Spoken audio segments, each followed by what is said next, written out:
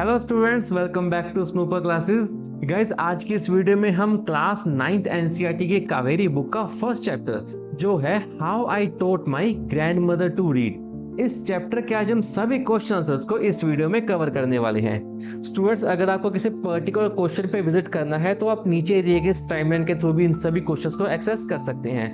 हम स्टार्ट करेंगे first page के क्वेश्चन पे, जहां पर हमारे पास एक कॉन्सेप्ट मैप दिया गया है एंड क्वेश्चन में पूछा है why is it important to learn how to read and write, यानी पढ़ने लिखने के कौन कौन से बेनिफिट है।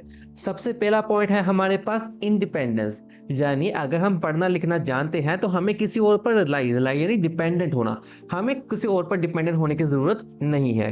सेकंड पॉइंट है knowledge, help in understanding the world and gaining information, यानी जानकारी को प्राप्त करने के लिए भी हम रीड एंड राइट का यूज करते हैं।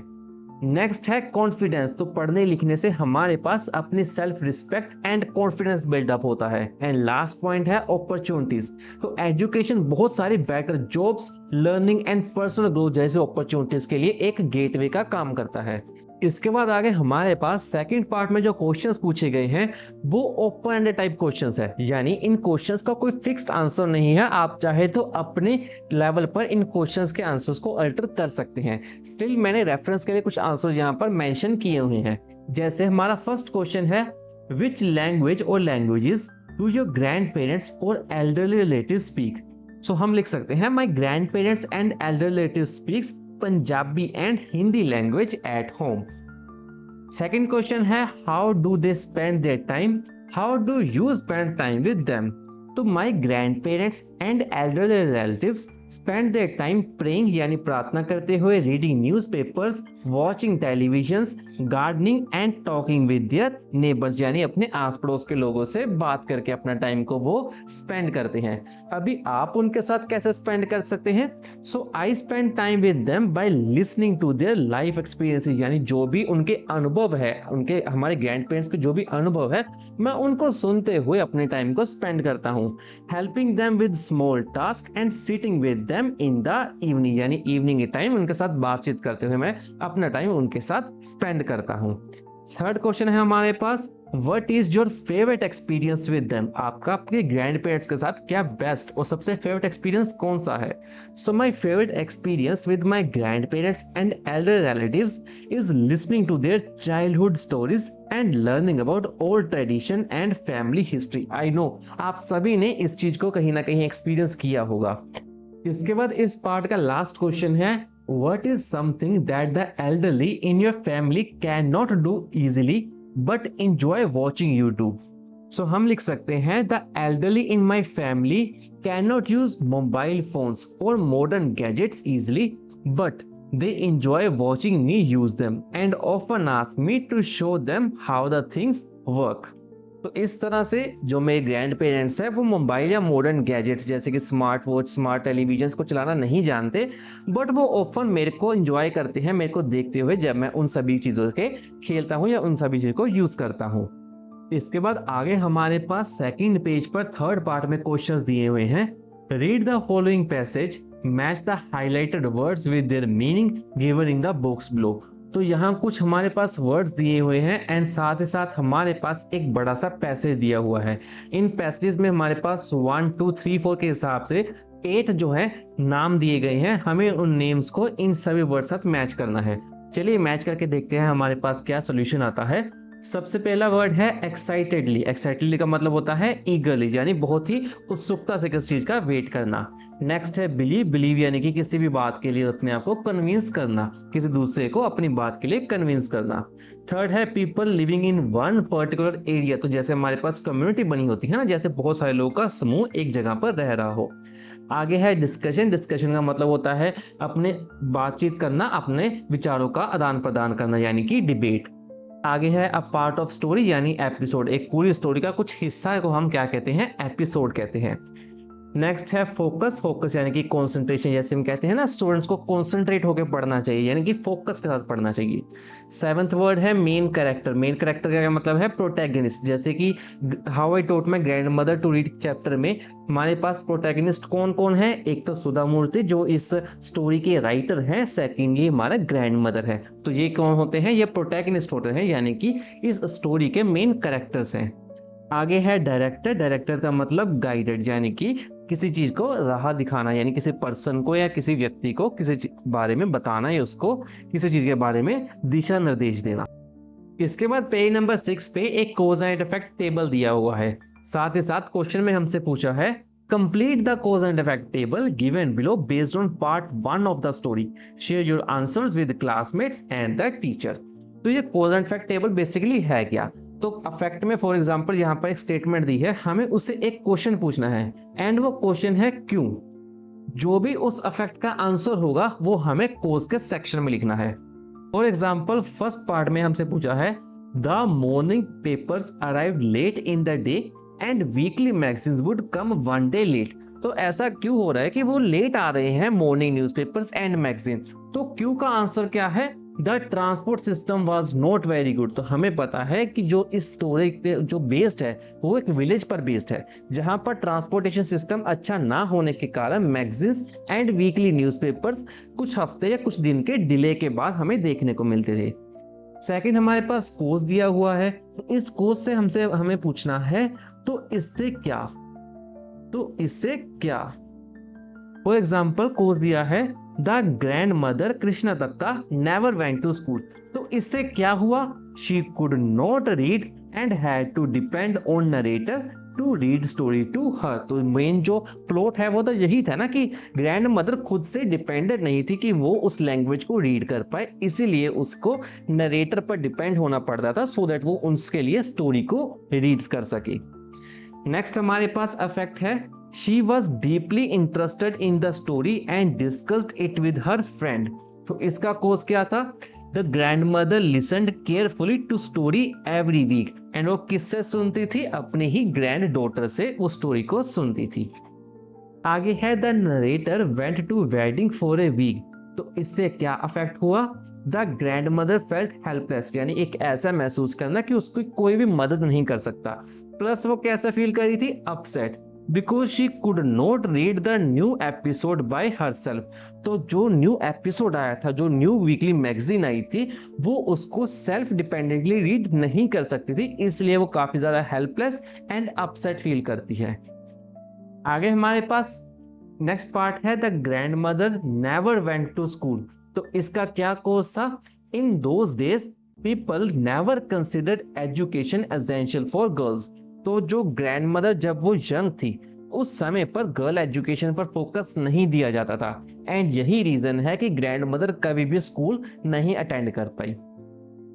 इसके बाद हमारा लास्ट कोज है द ग्रैंड मदर रिग्रेटेड, यानी उन्हें इस चीज का अफसोस था कि वो कभी स्कूल नहीं जा पाई।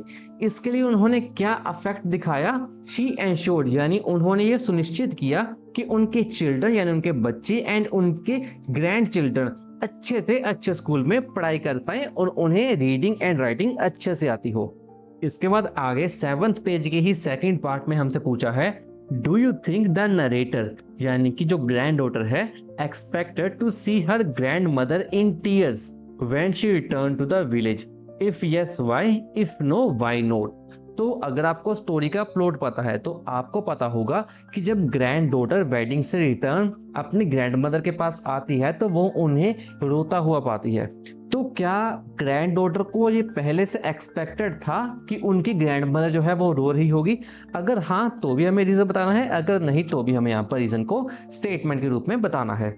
सो answer is no, the narrator did not expect to see her grand mother in tears. तो नहीं, ग्रैंड डॉटर ने ये कभी नहीं सोचा था कि उनकी ग्रैंड मदर उनके रिटर्न पर रोने लगेगी। Because she had never seen her cry, because जो नरेटर है उन्होंने कभी अपनी ग्रैंड मदर को रोते हुए नहीं देखा। Even in the most difficult situations, यानी सबसे कठिन सिचुएशंस में भी आज तक उसने अपनी ग्रैंड मदर को ऐसा रोते हुए नहीं देखा जैसे उसने उस वेडिंग से लौटने के बाद अपनी ग्रैंड मदर को देखा था। इसके बाद हमारा थर्ड क्वेश्चन है, how might the narrator help her grand mother to fulfil her desire to learn to read and write. यानी जो ग्रैंड मदर की इच्छा थी कि वो खुद से पढ़ना लिखना सीख जाए, तो नरेटर यानी वो ग्रैंड डॉटर कैसे अपनी ग्रैंड मदर की हेल्प करती है। So answer is the narrator helped her grand mother by teaching her how to read and write. यानी कि उस ग्रैंड डॉटर ने अपनी ग्रैंड मदर को सिखाया, टीचिंग यानी कि सिखाया कि कैसे पढ़ना लिखना है, starting with Kannada alphabets and practising with her daily. यानी कि उन्होंने कैसे स्टार्ट किया, तो पहले अल्फाबेट से उनको सिखाना स्टार्ट किया एंड डेली बेसिस पर उनके साथ वो कन्नड़ा लैंग्वेज की प्रैक्टिस करने लगी। इसके बाद हमारे पास पेज नंबर 9 पर कुछ सेंटेंसेस दिए हुए हैं एंड हमें बताना है कि यहाँ पर कौन सी स्टेटमेंट ट्रू है एंड कौन सी फॉल्स है। जैसे कि फर्स्ट स्टेटमेंट है, the grand mother wanted to learn Kannada alphabet to gain independence. तो बिल्कुल ट्रू, ग्रैंड मदर का कन्नड़ा अल्फाबेट या कन्नड़ा लैंग्वेज को सीखने का मेन मोटिव ही यही था कि उन्हें किसी और पर, इनफैक्ट अपने ग्रैंड डॉटर पर भी डिपेंडेंट ना रहना पड़े। सेकंड पार्ट है, the grand mother asked someone in the village to read Kashi Yatra to her while the narrator was away. तो हमें पता है जब नरेटर एक वेडिंग को अटेंड करने के लिए चली जाती हैं, तो ग्रैंड मदर उनकी वेट करती हैं, उनके वापस आने की वेट करती हैं, सो दैट वो काशी यात्रा के न्यू एपिसोड को रीड करके उन्हें सुना सके। तो इसका आंसर है फॉल्स, बिकॉज समवन की नहीं बल्कि नरेटर की यहाँ पर वेट की जा रही थी ग्रैंड मदर के थ्रू। थर्ड है, the narrator was the grand mother's first teacher and taught her how to read Kannada. तो बिल्कुल सही, नरेटर जो है ग्रैंड मदर की फर्स्ट टीचर थी। इनफैक्ट ग्रैंड मदर ने स्कूलिंग को अटेंड नहीं किया, जिस कारण से उन्हें language and reading and writing ये कंसेप्ट्स उनको अच्छे से नहीं क्लियर थे। फोर्थ स्टेटमेंट है, the grand mother believed that there was no age limit for learning. तो बिल्कुल सही, इतना एज होने के बावजूद भी वो लर्निंग के लिए बिल्कुल ही एंथुसियास्ट थी, यानी कि वो उसके लिए बहुत ही ज्यादा कॉन्फिडेंट थी। फिफ्थ स्टेटमेंट है, the grand mother touched narrator feet as a mark of respect for her as a teacher. तो बिल्कुल सही, हम लास्ट प्लॉट में देखते हैं कि ग्रैंड मदर अपने ही ग्रैंड डॉटर यानी जो नरेटर है उनके फीट को टच करते हैं, बिकॉज ग्रैंड मदर के लिए उनकी ग्रैंड डॉटर ही उनकी एक टीचर थी। लास्ट स्टेटमेंट है, the narrator was disappointed with the progress of grand mother made in learning to read. तो बिल्कुल फॉल्स स्टेटमेंट है, बिकॉज नरेटर इनफैक्ट बहुत ही सरप्राइज थी कि इतनी एज के बावजूद जो हमारी ग्रैंड मदर है वो कैसे पढ़ पा रही है, कैसे सीख रही है। सो इसका आंसर है फॉल्स। चलिए स्टूडेंट्स आगे बढ़ते हैं to the critical reflection based portion, जहां पर हमारे पास एक एक्सट्रैक्ट दिया गया है, हमें इसको रीड करना है एंड इसी पर बेस्ड क्वेश्चंस को आंसर भी करना है। तो एक्सट्रैक्ट को रीड करना स्टार्ट करते हैं। When I come back to my village, I saw my grandmother in tears. I was surprised, for I had never seen her cry even in the most difficult situations. What had happened? I was worried. Ava, is everything alright? Are you okay? I used to call her Ava, which means mother in Kannada spoken in North Karnataka.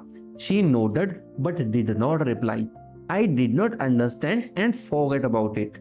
In night after dinner, we were sleeping in open terrace of our house. It was summer night and there was a full moon. Ava came and sat next to me. Her affectionate hands touched my forehead. तो इस extract पर based हमारा first question एक fill in the blank based question है। The phrase never seen her cry in the most difficult situations हमें क्या बताता है कि ग्रैंड मदर कैसे थे? तो ये बताता है कि grand mother strong willed person थे, जो इजीली छोटी बातों पर, नाराज या छोटी बातों पर रोते नहीं थे। आगे सेकंड क्वेश्चन है, complete the following with correct option of the given in the brackets. Grandmother did not reply when the narrator asked if she was alright because she might have been too tired or emotional to respond. तो क्या grandmother tired थी? बिल्कुल भी नहीं। In fact वो बहुत ज्यादा emotional थी, बिकॉज वो उस समय पर रो रही थी, जिस कारण से वो ग्रैंड डॉटर की उस क्वेश्चन को आंसर नहीं कर पाई। आगे हमारे पास क्वेश्चन है, identify the clue from the extract that indicates a rural setting in traditional customs. तो हमारे पास इस एक्सट्रैक्ट में ऐसा कौन सी स्टेटमेंट है जो ये बताती है कि जो ये पूरा सीन है, जो पूरा ये स्टोरी है, वो रूरल सेटिंग यानी कि विलेज बेस्ड सेटिंग पर लिखी गई है एंड ट्रेडिशनल कस्टम्स के बारे में बेस्ड है।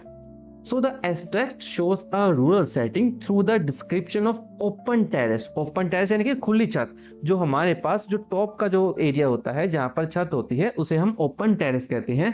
Where the family slept on a summer night under the full moon. तो फुल मून के शेड में फिलहाल जैसे अर्बन सिटीज में क्या होता है कि हम एक रूम के अंदर पैक्ड होके सोते हैं, बट रूरल सेटिंग्स में हम ओपन टेरेस में खुद को आराम से जो है नेचर के साथ अकोमोडेट करके सोना पसंद करते हैं। So this reflect the a simple village lifestyle and traditional custom. तो ये जो सीन है हमें बताता है कि जो पूरी स्टोरी है ये विलेज लाइफस्टाइल पर बेस्ड है। इसके बाद आगे फोर्थ क्वेश्चन है, which lines of the extract establish a tender atmosphere. Tender का मतलब ऐसे हार्ट टचिंग लाइन्स कौन सी हैं इस पूरे एक्सट्रैक्ट में जो हमारे एज अ रीडर के दिल को छू जाए। So lines that create a tender atmosphere are when Ava sits next to narrator and her affectionate hands touch narrator's forehead, showing the love and warmth between them. तो सबसे heart touching line वो थी जब grand mother narrator के पास आकर बैठती है, उनके फोरहेड को टच करती है, उन्हें अफेक्शनेट करती है, जो हमें यहाँ पर लव एंड वार्मथ को शोकेस कर रहा है। इसके बाद इस क्वेश्चन का लास्ट पार्ट है, Which of the following aspect is not emphasized in the given extract? जिसमें पहली ऑप्शन है the emotional turmoil of grandmother। Emotional turmoil का मतलब है भावनाओं का उथल पुथल। जैसे कि इस एक्सट्रैक्ट में हम देख सकते हैं कि ग्रैंड मदर एक समय पर वरिड भी थी, साथ ही साथ उन्हें रोना भी आ रहा था। सो हमें नोट करेक्टर चूज करना है, इसलिए ये ऑप्शन बिल्कुल रॉन्ग है। सेकंड है the affectionate bond between narrator and the grand mother. ये तो हम साफ साफ देख सकते हैं, जो ग्रैंड मदर है वो भी अपने नरेटर जो हमारी ग्रैंड डॉटर है उसको बहुत ही अफेक्शनेट तरीके से उनको टच करती है, उनके फोरहेड को टच करती है। सो ये ऑप्शन रॉन्ग हो जाती है। सी ऑप्शन है the grand mother's regret over the lack of education. ये बिल्कुल सही ऑप्शन है। रीजन क्या है कि जो ग्रैंड मदर का रिग्रेट था अपनी एजुकेशन ना कंप्लीट करने का, वो हमें इस एक्सट्रैक्ट के बाद नेक्स्ट एक्सट्रैक्ट में देखने को मिलता है एंड हमें यही चूज करना था कि इस एक्सट्रैक्ट में कौन सी डिटेल यहाँ पर मिसिंग है। सो सी ऑप्शन यहाँ पर बिल्कुल करेक्ट है। चलिए स्टूडेंट्स, इसके बाद नेक्स्ट एक्सट्रैक्ट को पढ़ते हैं। I have decided I want to learn Kannada alphabets from tomorrow onwards. I will work very hard. I will keep Saraswati Puja Day during Dussehra as the deadline. That day I should be able to read a novel on my own. I want to be independent. I saw the determination on her face, yet I laughed at her. Ava, at this age of 62, you want to learn the alphabet? All the hairs is grey. Your hands are wrinkled. You wear spectacles and you work so much in the kitchen.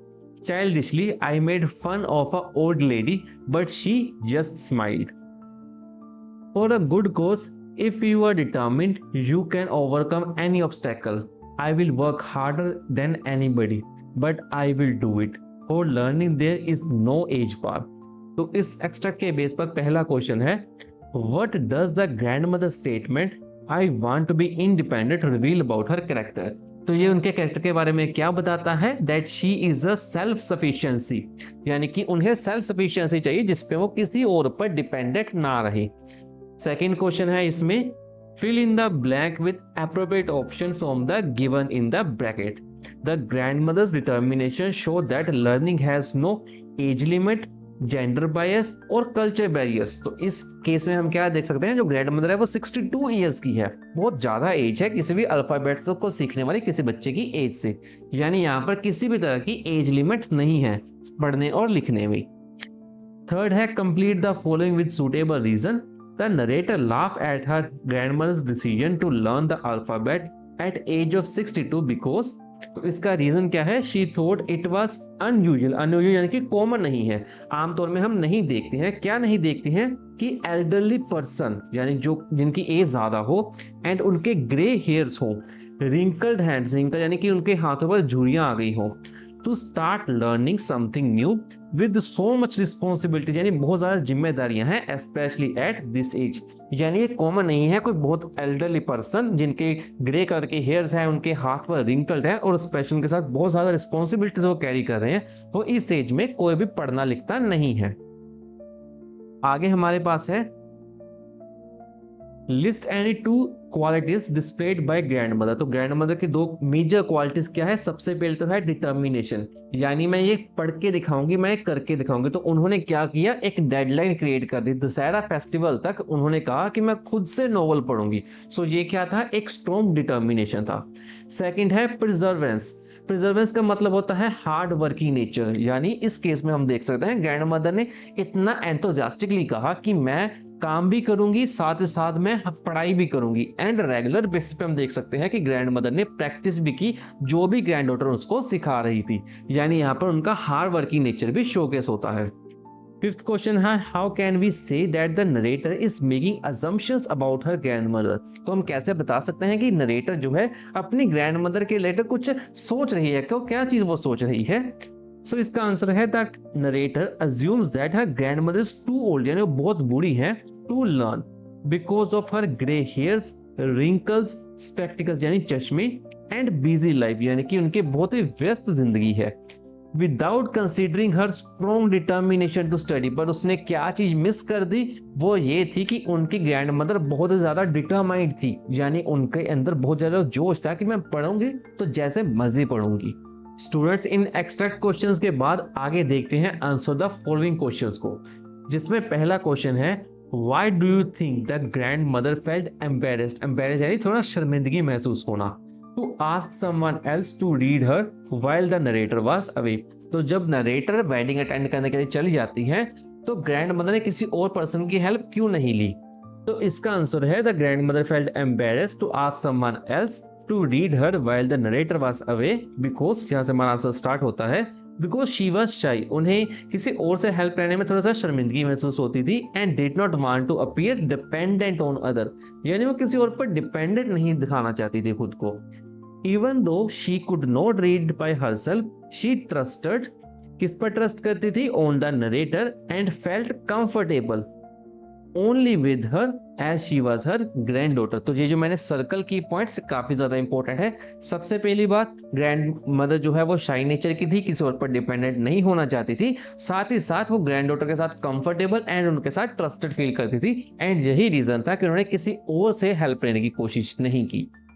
आगे हमारा second question है, why does the narrator initially laugh at her grand mother's determination to learn at the age of 62। तो narrator जो है शुरुआत में हंसने क्यों लगती है, खुद से खुद स्माइल क्यों करने लगती है जब वो ग्रैंड मदर की इस बात को सुनती है?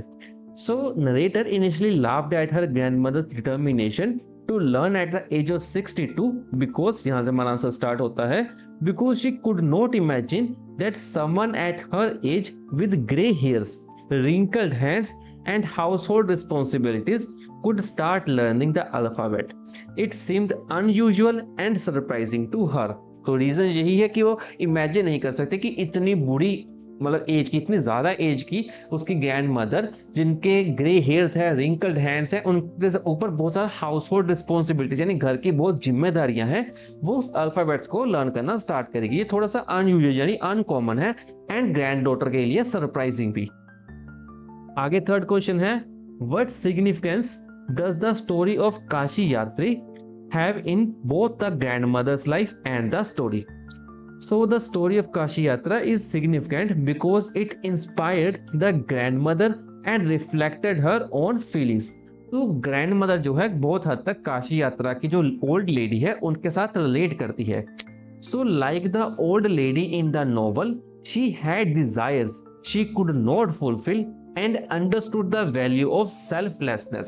सेल्फलेसनेस का मतलब होता है खुद से पहले दूसरों की सेवा करना, दूसरों की हेल्प करना। तो ग्रैंड मदर की भी कहीं ना कहीं बैक स्टोरी यही थी कि उन्होंने अपने ऊपर ध्यान देने के बजाय अपने बच्चों पर और अपने ग्रैंड बच्चों पर ज्यादा ध्यान दिया। It also motivated her to become independent and learn to read by herself। तो सेकंड रीजन ये है कि इस नोवेल के हिसाब से वो और भी ज्यादा मोटिवेटेड फील करती है, जिससे वो न्यू अल्फाबेट्स को सीखने में और नोवेल को रीड करने में सक्षम बनने की कोशिश करती है। आगे फोर्थ क्वेश्चन है, what does grand mother's desire to learn the Kannada alphabets reflect about her. तो ये उनके बारे में क्या बताता है? So the grandmother's desire to learn Kannada alphabets reflect her determination, यानी एक strong wish और एक strong desire।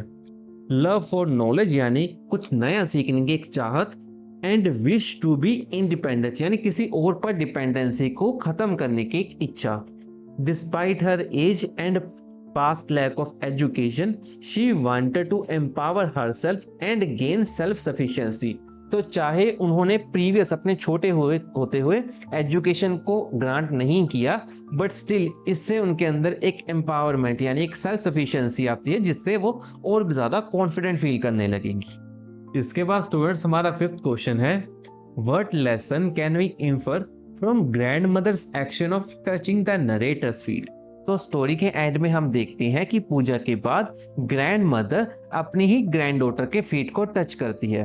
सो इससे हम कौन सा लेसन सीख सकते हैं? तो इसका आंसर है, from the grand mother's action of touching the narrator's feet we learn that respect for teacher is timeless, यानी इसका कोई टाइम नहीं है, and learning and effort are worthy of honour, यानी अगर हमारे ऊपर कोई मेहनत कर रहा है, हमें कुछ सिखा रहा है, तो वो ऑनर यानी उसका सत्कार करना चाहिए। नेक्स्ट है, it shows humility, gratitude and that age or gender does not limit the respect one give to someone who teaches with love and dedication. Humility का मतलब होता है कि किसी भी तरह का कोई भी रैंक का ग्रुपिंग ना होना, यानी कि ग्रैंड मदर चाहे एज में एंड ऑनर में अपनी ही ग्रैंड डॉटर से ज्यादा बड़ी थी, स्टिल उन्होंने चूज किया कि अपनी ही नरेटर को वो उनके फीट को टच करेगी। एंड इसका रीजन क्या है? बिकॉज ग्रैंड डॉटर ने उन्हें बहुत ही ज्यादा लव एंड डेडिकेशन के साथ उन्हें पढ़ाया था। सेकेंडली, इसमें किसी भी तरह का एज और जेंडर लिमिटेशंस भी नहीं है, यानी सीखने में ना तो कोई एज मैटर करती है, ना ही कोई जेंडर मैटर करता है। मैटर करता है तो सिर्फ आपको एक अच्छा पढ़ाने वाला गुरु मिल सके। इसके बाद सिक्स्थ क्वेश्चन है, what does the following line tells us about the broader theme of the story? So line है, for a good cause if you are determined you can overcome any obstacle। so जो line है, for a good cause if you are determined you can overcome any obstacle highlights the broader theme, यानी कि इस पूरी story को एक broader theme में represent करता है, which is that determination, perseverance and the desire to achieve something meaningful can help a person overcome challenges regardless of age or circumstances। यानी अगर आपके एक दृढ़ निश्चय है प्लस आप बहुत ही टाइम से hard work and regular practice कर रहे हैं, तो ये आपके कहीं ना कहीं आपके चैलेंजेस को ओवरकम करने में हेल्प करेगा। फिर चाहे किसी भी तरह की लिमिटेशन, चाहे वो एज लिमिटेशन हो या फिर आपकी कोई सर्कमस्टांसेस की ऐसे कोई प्रॉब्लम्स हो, आप उसको बहुत ही इजीली ओवरकम कर सकते हैं। आगे है, it shows that obstacle like age, lack of education or social expectation can be overcome with willpower and commitment. यानी चाहे आपकी एज कोई सी भी हो, आपकी एजुकेशन चाहे ज्यादा हो या कम हो, एंड सोसाइटी आपसे चाहे कुछ भी एक्सपेक्ट करे, बट अगर आपकी विल पावर ज्यादा है, आपकी कमिटमेंट है किसी भी चीज को लेकर, तो आप इजिली उसको ओवरकम कर सकते हैं, हर एक ऑब्स्टेकल को। इसके बाद बढ़ते हैं इस पार्ट के लास्ट क्वेश्चन की तरफ।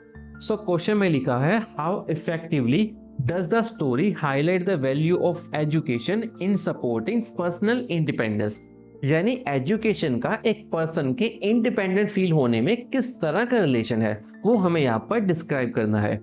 So the story effectively highlights the value of education in supporting personal independence through the grandmother's journey। तो इस स्टोरी में ग्रैंडमदर की जर्नी को दिखाते हुए हमें इस रिलेशन को शोकेस किया गया है कि अगर कोई पर्सन एजुकेटेड है तो वो अपनी इंडिपेंडेंस को खुलकर जी सकता है।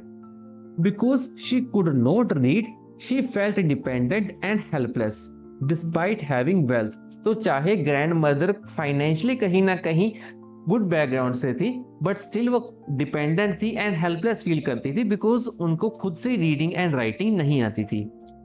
सो आगे है, learning to read and write gave her confidence, self sufficiency and the ability to enjoy knowledge on her own. यानी जब उन्होंने पढ़ना लिखना सीख लिया तो उनमें एक आत्मविश्वास आया, उनमें कॉन्फिडेंस बिल्ड हुआ, उन्होंने खुद से जो है पढ़ना लिखना स्टार्ट कर दिया, यानी उनमें एक सेल्फ सफिशिएंसी आई। साथ ही साथ उन्होंने नॉलेज को एंजॉय करना स्टार्ट कर दिया, यानी जो बुक की टेक्सचुअल इंफॉर्मेशन है वो उनके ब्रेन में बहुत ही इजीली इंकर होने लगी। Showing how education empowers individual and transforms their life, जो शोकेस करता है कि कैसे एजुकेशन एक इंडिविजुअल यानी एक पर्सन की लाइफ को ट्रांसफॉर्म कर सकता है, उनकी लाइफ को और भी ज्यादा बेटर बना सकता है। चलिए स्टूडेंट्स, क्वेश्चन आंसर्स के बाद आगे बढ़ते हैं और कवर करते हैं एक टेबल बेस्ड क्वेश्चन को, जिसमें कॉलम 1 में हमारे पास कुछ बाइनोमियल्स दिए हुए हैं। बाइनोमियल्स का मतलब है जब दो वर्ड्स को किसी भी कंजंक्शन जैसे और एंड के साथ जोड़ा जाता है तो उनका खुद का एक अपना मतलब बनता है, एंड उसी मीनिंग को हमें यहाँ पर कॉलम 2 के साथ अटैच करना है।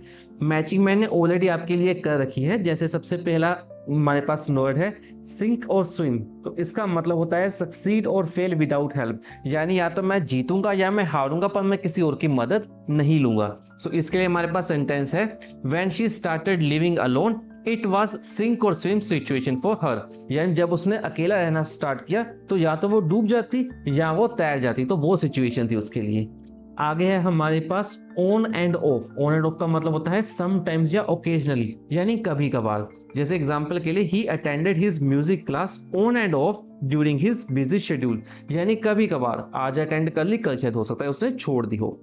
थर्ड है हमारे पास मिक्स एंड मैच, यानी put different things together to get a range of possibilities, यानी अलग अलग चीजों को मिक्स करना सो दैट उसके पास बहुत ज्यादा वेराइटीज आ जाए।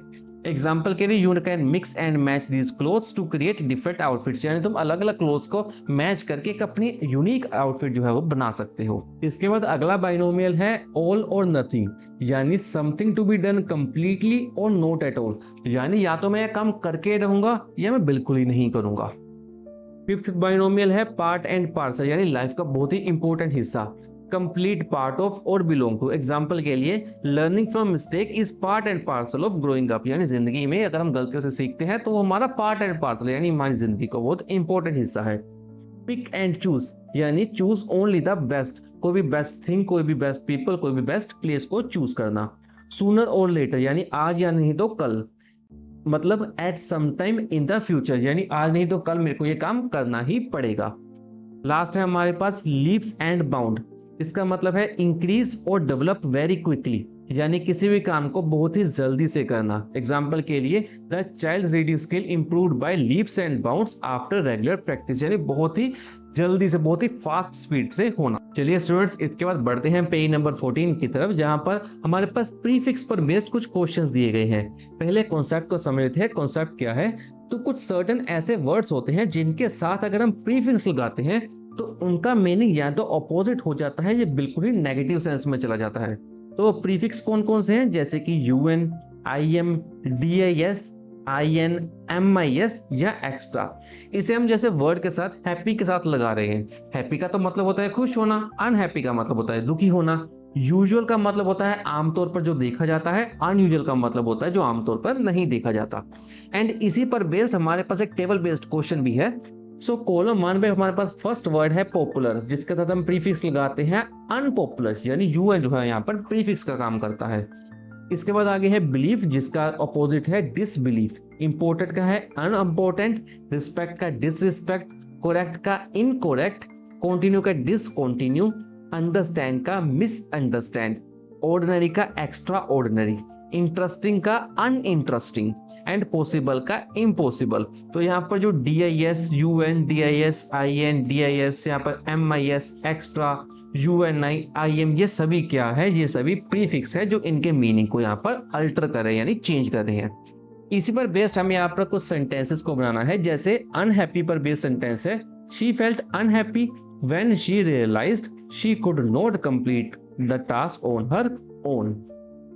इसके बाद नेक्स्ट वर्ड है अनयूजुअल, जिस पर बेस्ड सेंटेंस है it is unusual to see such kindness in competitive world, यानी इतने कंपटीशन से भरे हुए वर्ल्ड में भी काइंडनेस को देखना कुछ अनयूजुअल है, यानी कुछ यूनिक है।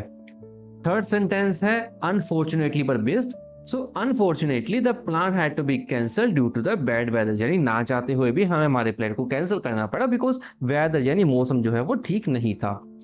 फोर्थ है इंडिपेंडेंट पर बेस्ड। बिकमिंग इंडिपेंडेंट हेल्प्ड हर मेक कॉन्फिडेंट डिसीजन, यानी जब वो उसने दूसरों पर डिपेंडेंसी को कम कर दिया तो वो खुद से कॉन्फिडेंटली अपने डिसीजंस को लेने लगी। फिफ्थ है हमारे पास irrespective. Everyone deserves equal respect irrespective of their status in society, यानी हर कोई पर्सन को इक्वल रिस्पेक्ट मिलनी चाहिए, फिर चाहे वो ऊपर कास्ट का है, निचली कास्ट का है, चाहे कोई सी भी एज है या कोई सा भी उसका बैकग्राउंड है। चलिए स्टूडेंट्स, बाइनोमियल के बाद आगे बढ़ते हैं एंड कवर करते हैं इडियम्स को। तो इडियम्स बेसिकली वर्ड के कुछ ऐसे फ्रेजेस होते हैं जिनका लिटरली मीनिंग एंड उसका एक्चुअल मीनिंग डिफर करता है। एग्जांपल से समझाता हूं। जैसे फर्स्ट कॉलम में हमारे पास फर्स्ट इडियम है to hit the book. To hit the book का मतलब ये नहीं है बुक को मारना, इसका मतलब होता है टू स्टडी सीरियसली, यानी कि फर्स्ट मैच होता है विद 3, यानी कि पढ़ाई को बहुत सीरियस वे से करना। नेक्स्ट है टू ड्रा द ब्लैंक का मतलब है कि कभी कभार होता है ना जब कुछ याद करना चाहते हो बट कुछ एकदम से याद नहीं आता, तो इसका मतलब है to be unable to remember.